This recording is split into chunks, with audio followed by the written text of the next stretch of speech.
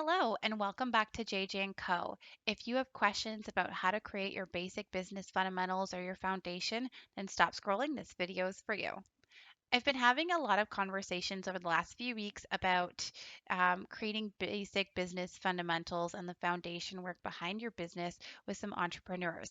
And the main issue that seems to be coming up is this confusion around what the business owner really wants to achieve and how they want to measure that success and what action plans they put in place to achieve those. So, knowing where you're going is so important because it gives you structure, purpose, and accountability.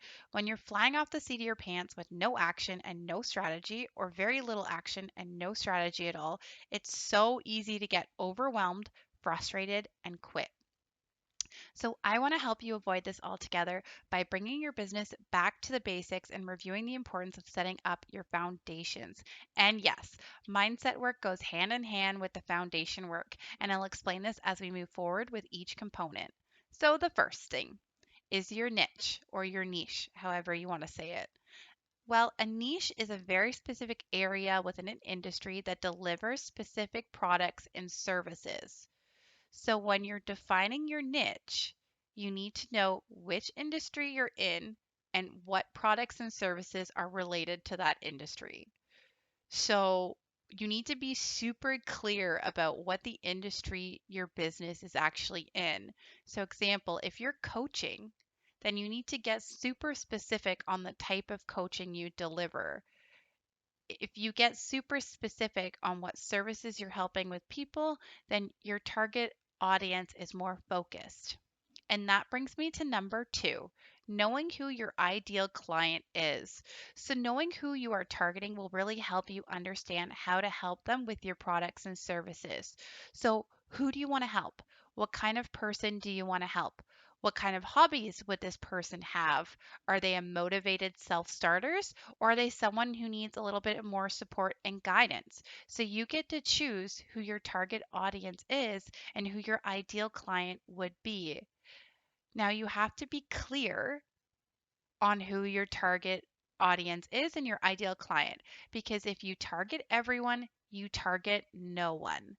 So, when I was in MLM back in the day, I used to hear that phrase when you target everyone, you target nobody. And when I was at the beginning stages of my business, I didn't know what that meant. I was like, well, that makes no sense because everyone has skin, everyone washes, so everyone needs my products. And for those of you who don't know me that well, I was in an MLM business that had products and services in health and wellness, and so things like skincare, soaps, protein powders, etc. So by changing your mindset around it and really being clear and define who your ideal client is when you get super specific on who your audience is, everything else falls more easily into place because your content is driven that will help those ideal clients. So, number three, your why and your purpose. So, I believe that this is a crucial part for your mindset, but also for building your business. So, let's break it down. What is your purpose in this world? Without a clear purpose or why, it's so easy to get sidetracked. It's easy to lose focus and not produce. When you have a clear and defined why, people will naturally and gradually gravitate towards you because of the alignment they feel towards you. When you have found your true purpose and your why, your actions are automatically serving those who are aligned with your energy.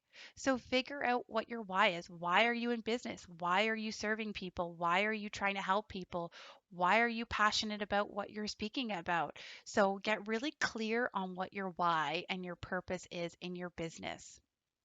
Number four, another mindset component is knowing where you want to go and how you want your life to look like. So let's start mapping out your vision. I really want you to visualize what it would be like if you were achieving your goals and dreams.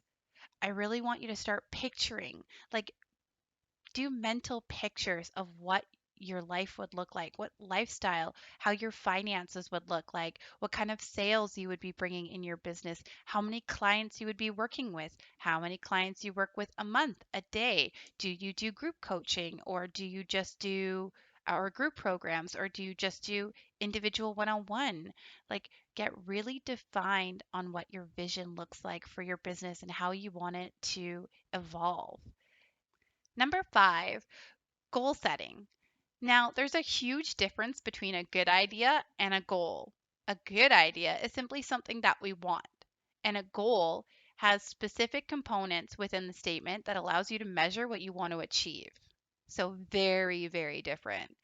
An example of a good idea is I would like to lose 10 pounds. Now, it's a great idea, but there are no actions attached to it to make it a reality. It's simply that, an idea. The goal, if you were to write a goal about losing weight, it could be by December 15th, 2022, I will lose 10 pounds when I weigh in at 6 a.m. Eastern Standard Time. Do you see the difference between the two? Your goal needs to have as much detail in it as possible to be achievable.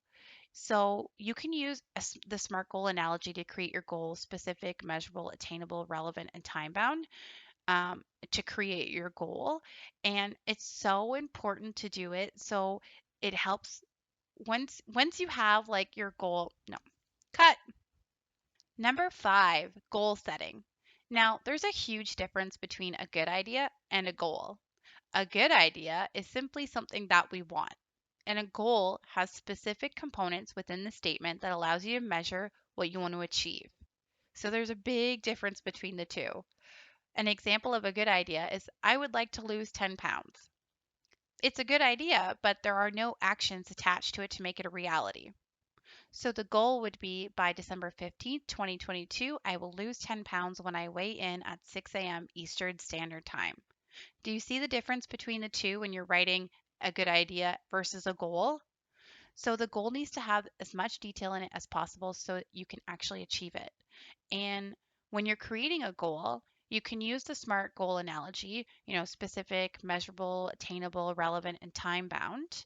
Um, and you really need to make sure that your goals are measurable and attainable. And so when you create your goal, you can then create action steps, an action plan, a strategy to make your goal a reality. And one of the steps that people often miss is when you write a goal, it's not one and done. You can't just write it once and say, "Yep, I'll achieve my goal at some point sometime soon." It's in there as December 15th. I'll achieve my goal then. It doesn't work that way. You need to review your goal each and every day. I like to rewrite my goals every day. I write out my 12-week goals, I write out my weekly goals and my daily goals every single day so it's fresh in my brain and I'm making sure that I can do actionable steps each and every day to move myself closer to that goal. Now, with writing a goal, you're also able to measure the results. You can go back and say, okay, these are my goals. This is the action I did. This is how close or far or over and above what I did of my goal that I set out. And then you can make new goals based on the experience you got from your previous weeks and days.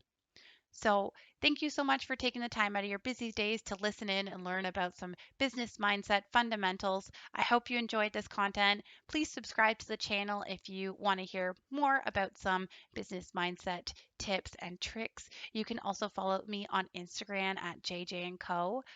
So that's JJN_CO. And I look forward to connecting with you soon. Bye for now.